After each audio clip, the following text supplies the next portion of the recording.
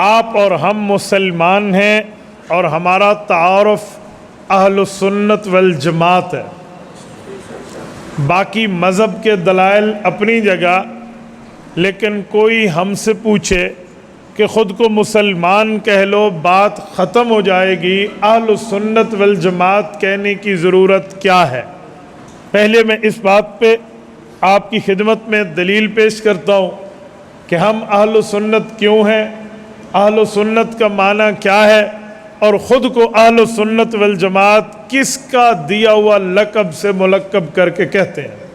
توجہ رکھنا بھائی، اس میں شک نہیں ہے کہ ہمارا نام مسلمان ہے۔ قرآن کریم نے ہوا سماکم المسلمین کہہ کر ہمارا نام مسلمان رکھا ہے، لیکن مسئلہ یہ ہے اب کچھ لوگ خود کو مسلمان کہہ کر اسلام کے خلاف کوئی ترتیب رکھیں تو پہچان کی بھی کوئی طریقہ کار ہے یا نہیں ہے؟ تو ہے۔ اسلام لاوارث نہیں ہے۔ خود اللہ کے رسول صلی اللہ علیہ وسلم نے فرمایا، جب قرآن کریم سورت نمبر 3 سورت آل عمران آیت نمبر 106 نازل ہوئی تو ہمیں حضور پاک نے نام اہل سنت والجماعت دیا۔ وہ آیت کون سی ہے؟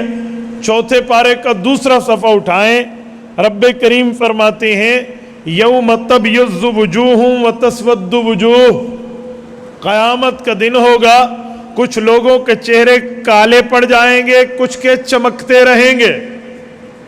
صحابہ کرام میں 3 صحابی دل کی تختی پہ نوٹ کر لیں، حضرت عبداللہ ابن عباس، حضرت عبداللہ ابن عمر، حضرت ابو ہریرہ رضی اللہ عنہم، ایک روایت میں ابو سعید خدری رضی اللہ عنہ، انہوں نے اللہ کے رسول سے پوچھا، یا رسول اللہ، دنیا میں بھی کسی کا چہرہ کالا، کسی کا سفید، اللہ نے دنیا کی بات نہیں کی، قیامت کی بات کی ہے، آخرت کی بات کی ہے، یوم الحساب کی بات کی ہے، ادھر کالے رنگ سے کیا مراد ہے، سفید رنگ سے کیا مراد ہے؟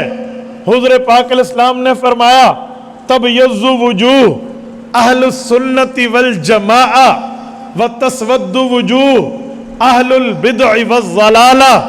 میرے صحابی یہ حدیث یاد کر لے، جس کے چہرے قیامت میں کالے ہو جائیں گے وہ عقیدے کی اندر کی تاریکی ہوگی، جن کے چہرے سفید ہوں گے وہ عقیدے کے اندر کی روشنی ہوگی، جن کے چہرے سیاہ ہوں گے ہم اہل البدع والضلالہ، وہ عقیدے میں اور عمل میں بدعتی ہوں گے، سنت سے ہٹے ہوئے ہوں گے، طریقہ نبوی سے الگ طریقہ اپنائے ہوں گے، اور جن کے چہرے سفید ہوں گے ہم اہل السنت والجماعہ، وہ اہل السنت والجماعت ہوں گے۔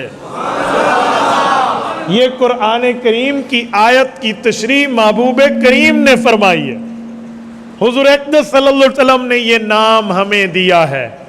ہم کسی پیر فقیر، کسی مولوی، عالم، مفتی، محدث و مفسر و فقیہ کا نام لیے ہوئے نہیں بیٹھے، ہم امام الانبیاء کا نام لے کر بیٹھے، تو یہ نام ہمیں ہمارے نبی نے دیا ہے۔ ایک بات۔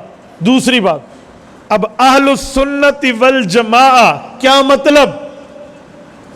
لفظی ترجمہ تو ہے سنت والے، والجماعت جماعت والے۔ کوئی کون سی جماعت مراد ہے؟ کوئی مذہبی، کوئی سیاسی، کوئی سماجی، کوئی فلاحی؟ کیا مراد ہے؟ سنیں، اہل السنہ نبی والے، والجماعت صحابہ والے۔ سمجھیں، جماعت سے مراد جماعت مصطفیٰ، جماعت سے مراد جماعت پیغمبر، جماعت سے مراد جماعت صحابہ، نبی والے اور صحابہ والے، عربی بنتی ہے اہل سنت والجماعت۔ سوال اٹھتا ہے کہ نبی والے میں تو بات ختم ہو گئی تھی، پھر صحابہ والے کہنے کی ضرورت کیا ہے؟ تو نبی والے تو صحابہ بھی تھے، نبی والے ہم بھی ہیں، تو اہل سنت بات ختم، والجماعت کے لفظ کی ضرورت کیا ہے؟ سنیں، سیالکوٹ کے غیوروں، نبی پاک کی حدیث ہمیں پیغمبر کے صحابہ سمجھاتے ہیں، ہم اپنی عقل استعمال کر کے صحابہ کو کراس کر کے سمجھے تو گمراہی پھیلے گی۔ ہم اپنی عقل چلائیں، پیٹ سے مسئلہ نکالیں، 2 نمبری دین میں ڈنڈی مارنے کا کام بنے گا۔ اس لیے اہل و سنت دین نبی سے لیں گے، والجماعت تشریح نبی کے صحابہ سے لیں گے۔ اہل و سنت والجماعت دین نبی سے لو، تشریح نبی کے صحابہ سے لو۔ اور ہمارا چیلنج ہے، اس دھرتی پر 7 بر اعظم ہیں، انٹارکٹیکا 7ویں کو چھوڑ کے 6 بر اعظم میں مخلوقات بستی ہے۔ دنیا میں اس وقت 8 ارب سے زائد انسان ماں کی پیٹ سے باہر اس وقت دنیا میں موجود ہیں۔ اس دھرتی پر رسالت مآب کی زبان اقدس سے کوئی اپنا نام دکھا دے کہ ہمیں حضور نے یہ نام دیا ہے، یہ کسی کا کمال نہیں ہے سوائے اہل سنت والجماعت کے۔ باقی دنیا میں جتنے اہل گھومتے ہیں، اہل فلاں آل فلاں آل فلاں، سفید سے لے کر کالے، کالے سے لے کر پیلے، پیلے سے لے کر نیلے، سب کو لے لیں، کوئی ایک بندہ اپنے نبی کی زبان سے اپنا نام نہیں دکھا پائے گا۔ یہ صرف صداقت ہے اہل سنت والجماعت کی کہ ان کو ان کا نام ہمارے پاک پیغمبر نے